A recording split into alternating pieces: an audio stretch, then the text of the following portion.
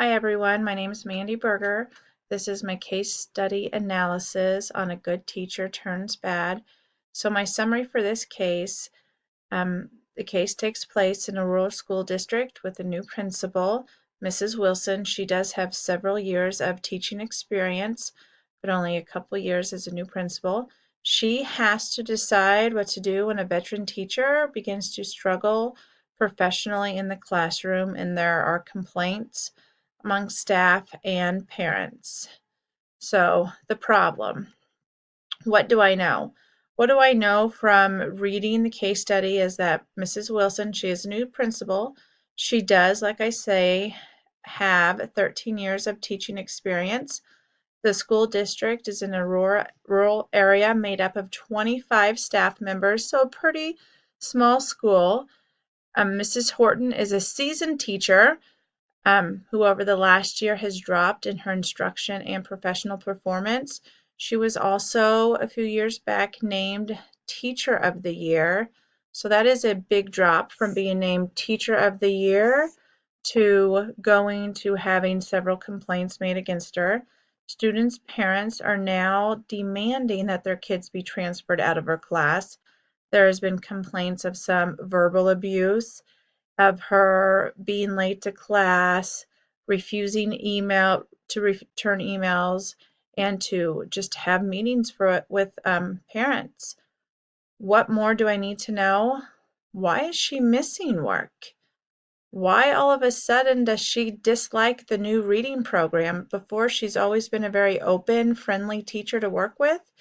And since coming back from the summer, she now is more a disgruntled employee. She doesn't get along with the other teachers. Miss Wilson is trying to implement a new program and she is against it. We also found out the principal told Mr. Stanford, a parent who had complained that she did walkthroughs through Mrs. Horton's class. Well, what did she observe when she did the walkthroughs? Our case study paper never really told us. And a bigger question is really what is going on with Mrs. Horton? Has someone suggested to sit down and talk to her? We do know that she is having problems at home and her husband left her with her two boys to take care of on her own. Have we suggested that she see a counselor? Maybe there's a more underlying problem there that we need to look into.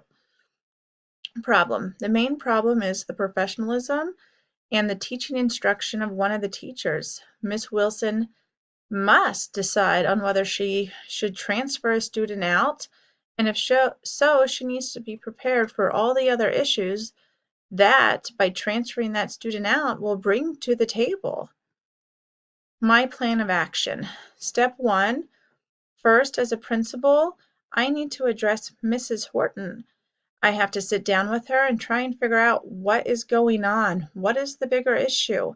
Like I said earlier, there's got to be some type of underlying issue that she is going through that we're not aware of. Maybe she needs help and is just too afraid to ask. I also need to explain to her that her behavior is not appropriate and that we're truly concerned and are here to help her. She needs to know that the problem has to be addressed and they have to find a way to fix the situation at hand if she is to continue working at the district. Step 2, address parents. It is important to let parents know that you as a principal understand their concerns and you are taking every steps to ensure success for all. Having that personal meeting with Mr. Stafford that you had earlier with Mrs. Horton and it didn't go well, and you promised that you would meet with him and give him an answer as soon as possible, it is important now that you address him again personally and you let him know that you are taking the proper steps that were set up by your district that you were to follow when you had teachers that came to this problem. Step 3, peer observations. I would form a peer panel made up of myself, the principal, the school counselor, an aide, and teachers. This panel would perform surprise walkthroughs through her class. They will record what they observe. The purpose of this is to have data to fall back on and to form some type of feedback to give to Mrs. Horton. Also, I'd place an aide in her room to have at all times. This might help to ease some of the stress that she is going through at the moment. My resolution. The resolution in this case would be not only to find success for all the students, but also to let the parents know that their children are in good hands with capable teachers that I trust. To accomplish this, first it is important to speak with Mrs. Horton to help figure out the problem, like I said. Otherwise, you're just putting a band-aid on the situation if you don't get down to the basic problem. Then, when planning out the plan of action, it's always important to keep in mind the safety of all students should come first, followed by the success in the classroom. Since there has been a concern raised about safety, that needs to be addressed above all else. And I think by placing an aide in the room, you're giving the students a voice that will speak up for them, so that helps address that safety issues. She's not in there alone. There is a second adult to help. Secondly, by having the walkthroughs, you can gather data to help you and Mrs. Horton formulate a plan to get back on track. We learned in class that feedback is needed, and to have that feedback, you must have data first. In order to come to a resolution that ensures success for all, there needs to be instruction put into place that works. Personal reflection on the case. The biggest question that comes to my mind when I was reviewing this case is, what is this teacher going through? Is the stress that she is feeling at home too much? Is she just too afraid to ask for help?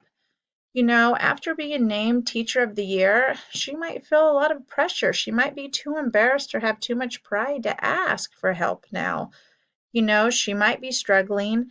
Maybe some of the kids in her class are having high behavior problems and she doesn't know how to handle it. Maybe she's faced students with high learning needs that she's never seen before. Another question to ask, why is she ignoring emails and phone calls? There are also still a lot of issues that might need to be handled depending on how the plan of action goes. What if Mr. Stafford still isn't happy? Can we as a district really reassign one student? Does that not open the door to more parents wanting the same thing? And if we do it in this one incident, so if we have more issues like this in the future, when parents are unhappy, are they not going to demand the same type of treatment? And there could be a number of different reasons. Standard 2. As an educator leader, promotes an academic success and personal well-being of every student by enhancing instructional capacity. So, first off, you have to promote academic success of every student. As a principal, I feel I have addressed and implemented several steps in my plan to promote academic success for all. First, I address the issue of safety in the classroom. Students have to feel safe in order to focus on learning to meet that success. Secondly, I placed an aide in the room. This will help by adding an extra help for the students and reducing the student to teacher ratio. Lastly, I have implemented walkthroughs. They will provide us with data that will allow us to give proper feedback to help fix the instruction. Next, I need to promote the personal well-being of every student. As a principal, I have promoted the personal well-being for the students involved by addressing the issue of safety first. I think before we can focus on the instruction part, we need to make sure that the students do feel safe and that they really are safe. Then you can focus on success. I have added an aide to the teacher's room also. By doing this, I have not only stuck an extra pair of eyes in the room to help observe, I've also given the students a voice which will make them feel safe. Lastly, I need to enhance instruction. To enhance that teacher instruction, we as principals need to be able to offer feedback. I plan on doing this through observations and using the data they gather. With that data, we can come up with a plan, strategies, and different ways to solve the problem. Professional development needs to be put into place to help those teachers reach their goals. Thank you.